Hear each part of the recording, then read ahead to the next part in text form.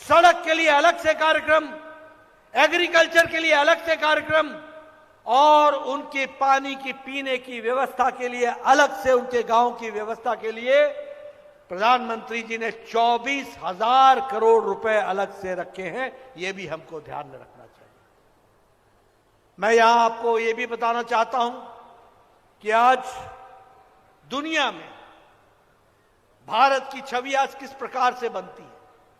मैं 2 ही उदाहरण देकर के आपको दुनिया के बारे में बता देना चाहता हूं। आज जो नए निर्वाचित राष्ट्रपति, मनोनीत राष्ट्रपति आज हैं डोनाल्ड ट्रंप, वो कहते हैं कि मोदी जी हमारे दोस्त हैं, मोदी इज माय फ्रेंड। और रशिया के पुतिन साहब बोलते हैं कि अगर यूक्रेन के साथ युद्ध के लिए कोई शांति दिला सकता है तो उसके लिए अगर कोई दूत, पोटेंशियल दूत है या पोटेंशियल नेता है तो वो और कोई नहीं है, नरेंद्र मोदी हैं। ये भी बात ध्यान में आती है। यानी आज रशिया और अमेरिका आपस में एक दूसरे के सामने खड़े हैं लड़ने के लिए, लेकिन दोनों को मोदी जी में दोस्त दिखता है, अपना शांति की दृष्टि से एक नेता दिखता है। ये आज भारत की छवि बनी है। क्या जापान, क्या ऑस्ट्रेलिया, क्या कोई और देश, सभी दुनिया में आज भारत की तूती बोलती है। मैं यहां यह भी बताना चाहता हूं, जब दुनिया में कोई देश का नेता भारत आता था तो वो यहां आकर के कहता था India and Pakistan, India and Pakistan. मतलब भारत को पाकिस्तान के साथ जोड़ करके देखता था। और बहुत से नेता तो ऐसे होते थे कि या तो पहले पाकिस्तान जाते थे फिर भारत आते थे, या भारत आते थे तो फिर पाकिस्तान जाते थे।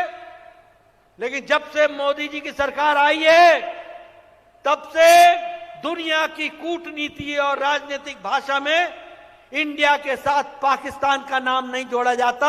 इंडिया इज इंडिया, पाकिस्तान कहां रह गया ये हमारे को ध्यान में आता है।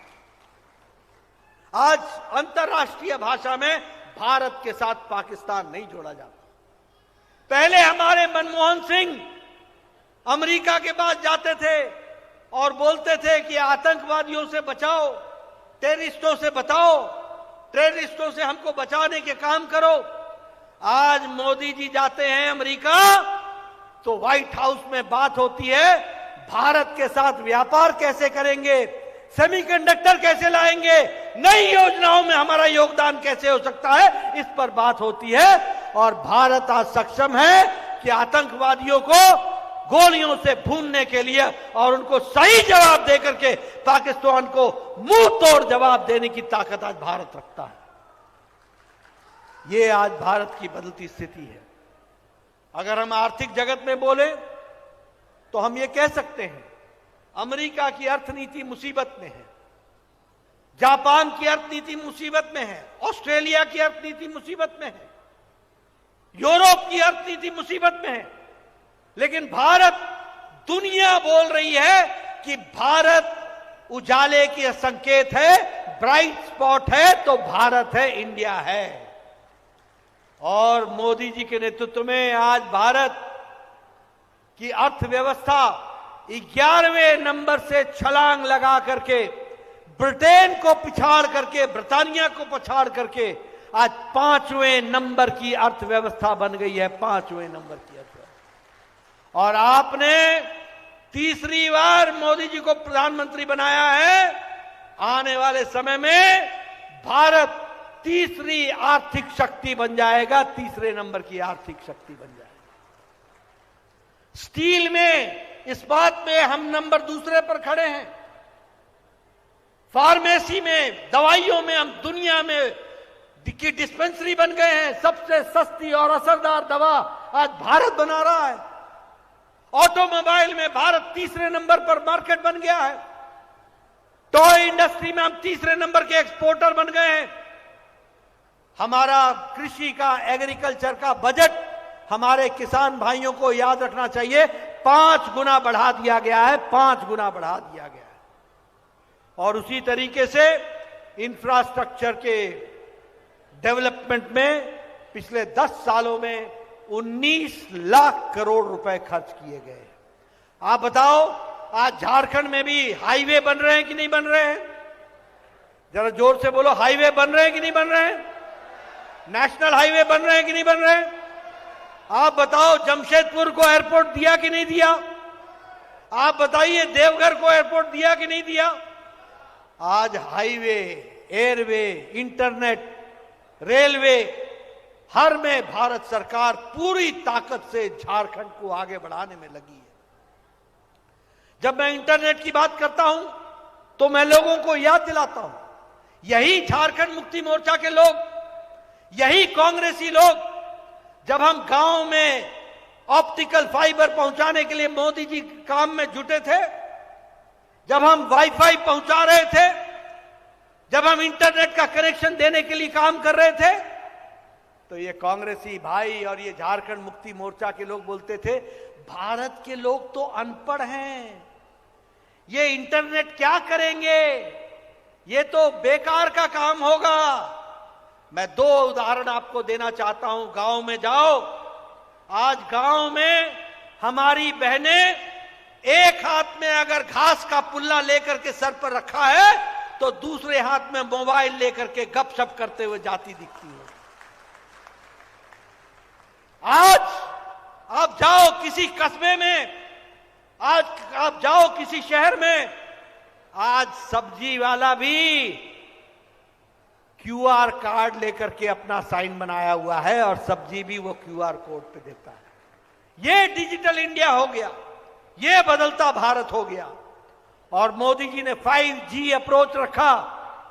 1G गुड गवर्नेंस, दूसरा G गुडविल, तीसरा गारंटी टू डिलीवर, चौथा गरीब कल्याण। इसके माध्यम से हम लोगों ने इसको प्रयास किया कि 5 और 5वां ग्रोथ, विकास, इन 5G पर काम करने का काम किया है। मैं यहां यह भी बताना चाहता हूं, आप सब लोग यहां गांव में कैसे आए हुए लोग हैं, आपको मालूम है कि आज प्रधानमंत्री गरीब कल्याण अन्न योजना के कारण, आज प्रधानमंत्री किसान सम्मान निधि के कारण, आज प्रधानमंत्री आयुष्मान भारत के कारण, आज भारत में भारत की गरीबी, आज 25 करोड़ लोग गरीबी की रेखा से बाहर आ चुके हैं। आज ये भारत बन चुका है 25 करोड़ लोग।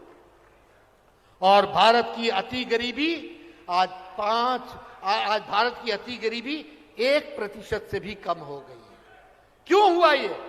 इसलिए हुआ कि प्रधानमंत्री गरीब कल्याण अन्न योजना के तहत हमारे 80 करोड़ की जनता को 5 किलो गेहूं और 5 किलो चावल और 1 किलो दाल देने की मोदी जी ने व्यवस्था की है। और आपको जानकर खुशी होगी कि झारखंड में 2 करोड़ 60 लाख लोगों को यह अनाज मिल रहा है और आपके रामगढ़ में 6 लाख लोगों को यह अनाज मिल रहा है। आयुष्मान भारत, गरीब लोग जो अपना इलाज नहीं कराते थे, बुजुर्ग लोग जो अपना इलाज नहीं कराते थे, क्यों नहीं कराते थे? कि क्योंकि बच्चे की पढ़ाई में नुकसान हो जाएगा। हमने तो अपनी उम्र काट ली है। कमाने वाला व्यक्ति, जिसकी उम्र कमाने की होती थी, वो अपने इलाज नहीं करा पाता था। इसी रांची की धरती से मोदी जी ने आयुष्मान भारत शुरू किया और आज आपको जानकर खुशी होगी कि आयुष्मान भारत में 11 करोड़ परिवार को, 55 करोड़ लोगों को गंभीर बीमारी से लड़ने के लिए 5 लाख रुपए हर साल देने का तय किया है। हर साल 5 लाख रुपए का हेल्थ कवर। और इसी 29 अक्टूबर को प्रधानमंत्री जी ने इस देश में और झारखंड में रहने वाले हर बहन को, हर बुजुर्ग को, हर माता को जिसकी उम्र 70 साल से ऊपर की हो जाएगी, उसको तय जिंदगी हर साल 5 लाख रुपए का गंभीर बीमारी से लड़ने के लिए, इलाज के लिए पैसा मिलेगा। 5 लाख रुपए। और आप हमारी सरकार लाते हैं सुनीता जी को फिर से चुनाव जिताते हैं और इनको आप विधायक बनाते हैं, हमारी सरकार आती है तो झारखंड में आयुष्मान भारत में हम 10 लाख रुपए की आपकी सालाना हेल्थ की स्कीम को पूरा करेंगे। उसी तरीके से अगर हम बात करें कि 4 करोड़ लोगों को पक्के छत के नीचे रहने की व्यवस्था प्रधानमंत्री मोदी जी ने की और उसमें से 18 लाख लोग झारखंड के हैं और 26,000 घर हमारे रामगढ़ में बने हैं। 26,000 लोगों को घर दिया गया है। और मैं आपको खुशी की बात बताता हूं, आपने तीसरी बार मोदी जी की सरकार बनाई है, चौधरी साहब को सांसद बनाया है, आपको 3 करोड़ घर और बना करके दिए जाएंगे और देश में उस दृष्टि से जोड़ा जाएगा। उसी तरीके से उज्ज्वला योजना की अगर मैं बात करूं, यहां गांव की बहनें बैठी हैं, उनको अच्छी तरीके से मालूम है कि किस तरीके से उनको, मैं गांव से आता हूं, मैं बार बार बोलता हूं, मुझे याद है मेरी गांव में बहनें 4 बजे सुबह उठती ही थी, जंगल में जाती थी, लकड़ी काटती थी, लकड़ी काट के ला करके चूल्हा जलाती थी और वो फूकनी, हमारे को पता नहीं यहां क्या बोलते हैं, लेकिन हमारे यहां चूल्हा में वो आग जलाने के लिए, धुआं को हटाने के लिए फूकनी से फूक फूक कर धुआं हटाते थे और तब जाकर के आग जलती थी तो घर की चाय बनती थी। और एक दिन में कम से कम 200 सिगरेट का धुआं हमारी बहनें अपने छाती में ले लेती थी। आज आपको जानकर खुशी होगी कि मोदी जी ने उज्ज्वला योजना में हमारे 11 करोड़ बहनों को गैस का चूल्हा दे करके और सिलेंडर दे करके उनको आजाद कर दिया और एक नई जिंदगी दी है। ये भी आपको ध्यान में रखना। मित्रों, मेरा झारखंड से और बिहार से पुराना नाता है। मुझे याद है बचपन में जब मैं नेशनल हाईवे पर हमारी गाड़ी जाती थी, मेरा रांची से भी गहरा नाता है। जब हम दूर दराज से गाड़ी से जाया करते थे तो मैं देखा करता था कि बहनें सुबह सुबह और शाम को सूर्यास्त के बाद लोटा लेकर के सड़क के किनारे वो जाया करती थी अपने दैनिक नित्य कर्म के लिए। ये आपने अपनी आंखों से देखा है। किसी ने नहीं सोचा, किसी ने उनकी सुध नहीं ली। सूर्योदय हो जाता था तो उसके बाद उनका दैनिक नित्य कर्म के लिए जाना दूभर हो जाता था, जंगल में जाना कठिनाई हो जाती थी। प्रधानमंत्री मोदी जी ने हमारे 11 करोड़ बहनों, 12 करोड़ बहनों को स्वच्छता अभियान के तहत उनके लिए इज्जत घर दे करके उनको इज्जत से जीने का अधिकार दिया। यह हमारी बहनों के लिए किया गया। और आपको जानकर के खुशी होगी कि झारखंड में भी जहां 11 करोड़ देश में बने, वहीं 41 लाख इज्जत घर झारखंड में बने। ये भी हमको ध्यान में रखना चाहिए। मोदी जी को झारखंड से विशेष प्यार रहा है। आयुष्मान भारत अगर लॉन्च हुआ तो वो रांची में हुआ, मुद्रा योजना अगर लॉन्च हुआ तो वो दुमका में हुआ, और उसी तरीके से पीएम जनमन योजना का कार्यक्रम हुआ, वो बिरसा मुंडा जी के गांव से हुआ। और विकसित भारत की यात्रा भी मोदी जी ने शुरू की तो वह भी खूंटी से शुरू की और खूंटी गांव से शुरू की। ये भी हमको ध्यान में रखना चाहिए। यानी झारखंड को मुख्य धारा में रखने का काम आदरणीय प्रधानमंत्री जी ने किया है। आपने कभी सोचा था कि आपको कोई All India Institute of Medical Sciences मिलेगा? सोचा था भैया? कभी सोचा था कि All India Institute of Medical Sciences मिलेगा? आज देवघर में All India Institute of Medical Sciences मिल गया है। और मैं दावे के साथ स्वास्थ्य मंत्री के रूप में बोलता हूं, 5 साल के अंदर अब आपका कोई भी व्यक्ति को दिल्ली नहीं आना पड़ेगा इलाज के लिए। आपका इलाज झारखंड में होगा और देवघर में होगा all India Institute of medical. 5 नए मेडिकल कॉलेज दिए गए हैं। दुमका में दिया गया, हजारीबाग में दिया गया, पलामू में दिया गया, कोडरमा में दिया गया, चाईबासा में दिया गया। और आप सुनीता जी को चुनाव जिता के भेजिए, 10 नए और मेडिकल कॉलेज बना करके देंगे और विकास की दृष्टि से जोड़ेंगे। रांची के लिए स्मार्ट सिटी में 980 करोड़ रुपए खर्च हुए हैं।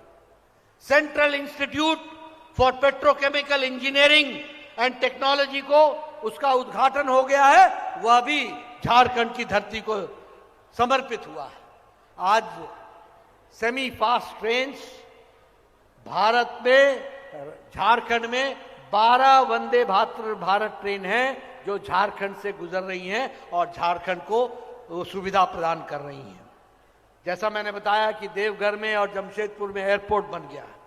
बैद्यनाथ धाम को विकसित करने के लिए 40 करोड़ रुपए अलग से दिए गए हैं और झारखंड में 2256 किलोमीटर की नेशनल हाईवे की सड़क बनाई जा रही है।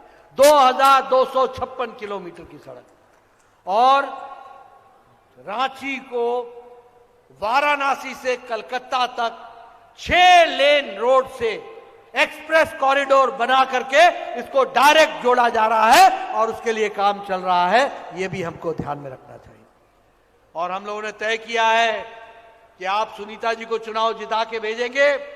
23 तारीख को ये चुनाव जीतेंगी और 24 तारीख से गोगो दीदी योजना लागू हो जाएगी। 2100 रुपए प्रति माह यानी 25,000 रुपए आप हमारी बहनों को सालाना मिल जाएगा और इसकी व्यवस्था की जाएगी। उसी तरीके से लक्ष्मी जोहार के तहत गैस का सिलेंडर हर बहन को 500 रुपए का मिलेगा और साल में 2 सिलेंडर मुफ्त में मिलेगा ताकि हम ठीक से त्योहार मना सकें। और हमारे रोजगार नौजवान भाइयों के लिए 2,87,000 सरकारी नौकरी दी जाएगी। 2,87,000 और 5 लाख रोजगार के अवसर पैदा किए जाएंगे और 1.5 लाख सरकारी नौकरी 1 साल के अंदर यानी 2025 के नवंबर तक 1.5 लाख लोगों को, युवाओं को नौकरी दे दी जाएगी। इसकी व्यवस्था की जाएगी। और इसी के साथ साथ हमारे युवा साथी भंता के लिए जो हमारे अंडर ग्रेजुएट स्टूडेंट हैं, स्नातक के विद्यार्थी हैं, जो हमारे स्नातकोत्तर के विद्यार्थी हैं, पोस्ट ग्रेजुएट के विद्यार्थी हैं, उनके लिए 2 साल के लिए उनको 2-2 हजार रुपए दिया जाएगा ताकि कोई गरीब बच्चा पढ़ने से वंचित ना हो और उसकी शिक्षा पूरी हो। इसकी व्यवस्था की जाएगी। वृद्धा पेंशन, अपंग पेंशन, विधवा पेंशन ये सारी 2,500 रुपए कर दी जाएगी और इसकी व्यवस्था की जाएगी। और एक बात झारखंड के लोग ध्यान में रखें, पिछले 5 साल में झारखंड में हेमंत सोरेन ने क्या दिया? 2 चीजें दी। एक नक्सलवाद और दूसरा बांग्लादेशी घुसपैठी। मैं सच बोल रहा हूं कि नहीं बोल रहा हूं? जरा जोर से बोलो, पीछे से आवाज आनी चाहिए। मैं सच बोल रहा हूं कि नहीं बोल रहा हूं? बांग्लादेशी घुसपैठी बढ़े कि नहीं बढ़े? और इन्होंने हमारी आदिवासी बहनों के साथ विवाह रचा करके आदिवासी भूमि को हड़पने का प्रयास किया है कि नहीं किया है? हमने तय किया है सुनीता जी को चुनाव जिताओ, एक एक बांग्लादेशी को झारखंड से बाहर निकालेंगे और कानून ला करके कोई भी बांग्लादेशी का बच्चा पैदा होगा वो आदिवासी, उसका स्टेटस नहीं मिलेगा और आदिवासी की रक्षा की जाएगी। इस बात को हम ध्यान में रखें। आदिवासी भाइयों के असल रक्षक हम हैं, इस बात को हमको ध्यान में रखना चाहिए। और दूसरी बात मैं बताना चाहता हूं कि नक्सलवाद जो बढ़ा पनपा हेमंत सोरेन के राज में, उसको हम जड़ से, मूल से समाप्त करेंगे और नक्सलवाद के साथ कोई समझौता नहीं होगा। उनको जड़ मूल से समाप्त करने का काम करेंगे। इस बात को हमको ध्यान रखना। और जब रघुवर दास की सरकार थी, बीजेपी की सरकार थी, तब हमने नक्सलवाद पर काबू किया था, नक्सलवाद को रोका था। ये 5 साल के अंदर ये जो दृश्य हमको देखने को मिल रहा है, इससे हम आपको निजात दिलाएंगे। ये भी हम आपको बताना चाहते हैं। हम लोगों ने महिला सशक्तिकरण के लिए, कोई भी महिला अगर संपत्ति महिला के नाम पर किया जाता है और संपत्ति 50 लाख तक की होती है तो उस पर 1 रुपए की स्टैंप ड्यूटी हम लोगों ने तय किया था। लेकिन ये बेईमान हेमंत सरकार, इस बेईमान सरकार ने ये ड्यूटी हटा दी और महिलाओं को मुसीबत में डाला। हमारी सरकार आएगी, महिलाओं के नाम पर संपत्ति होगी तो उस पर 50 लाख रुपए की संपत्ति तक 1 रुपए का स्टैंप ड्यूटी लगेगा और उसको उस तरीके से हम महिला सशक्तिकरण करेंगे। और इसी तरीके से धान की खेती प्रति क्विंटल 3100 रुपए में हम धान को हम खरीदी करेंगे, इसकी भी हम व्यवस्था करेंगे। और साथ में जो हमारे गरीब लोग हैं जिनकी 1 एकड़ भूमि है, उनको प्रति एकड़ के 5,000 रुपए के हिसाब से उनको कृषि आशीर्वाद योजना के तहत उनको देंगे। और इस इरादे के साथ झारखंड को मजबूती लाने का हम प्रयास करेंगे। मित्रों, ये तो हमने किया और जो हम करेंगे वो हमने बताया। मैं दावे के साथ बोलता हूं, जो कहा था वो किया है, जो नहीं कहा था वो भी करके दिया है। ये भारतीय जनता पार्टी और आजसू का एनडीए का रिकॉर्ड है।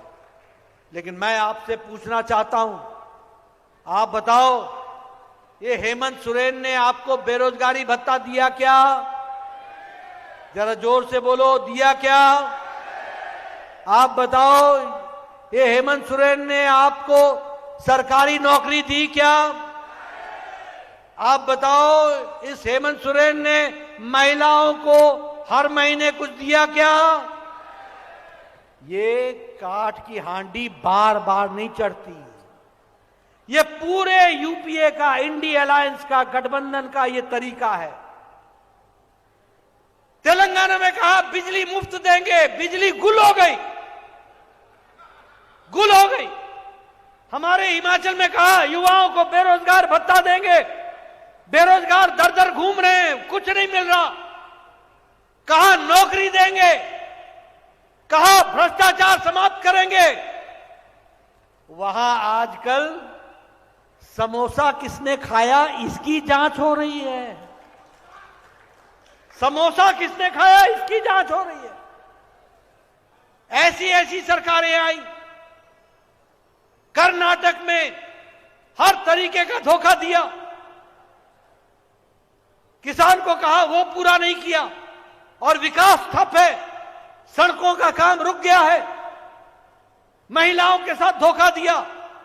ये इंडिया अलायंस का ये धर्म है कि लोगों से वोट खींचो, झूठ बोलो, फरेब करो, छल करो, गलत बातें बोलो, लोग लुभावने बातें करो और वोट बटोर करके चल दो और बाद में उनको ठिंगा दिखा दो, बाद में उनको धोखा दो।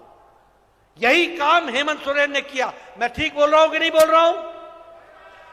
जरा जोर से बोलो, ठीक बोल रहा हूं कि नहीं बोल रहा हूं? ऐसे लोगों को घर बैठाओगे कि नहीं बैठाओगे? मित्रों, ये इस तरीके की सरकार है कि फ्री बिजली बोलने के बाद बिजली गुल कर देती है, भ्रष्टाचार, और हमारे बेरोजगार साथियों के साथ हर तरीके का छल करती है, महिलाओं के साथ छल करती है, किसानों के साथ छल करती है, हमारे गरीब भाइयों बहनों के साथ, आदिवासियों के साथ छल करती है। इसलिए ये हर तरीके से छल करने वाली सरकार है। मैं यहां ये भी बताना चाहता हूं कि यह सरकार,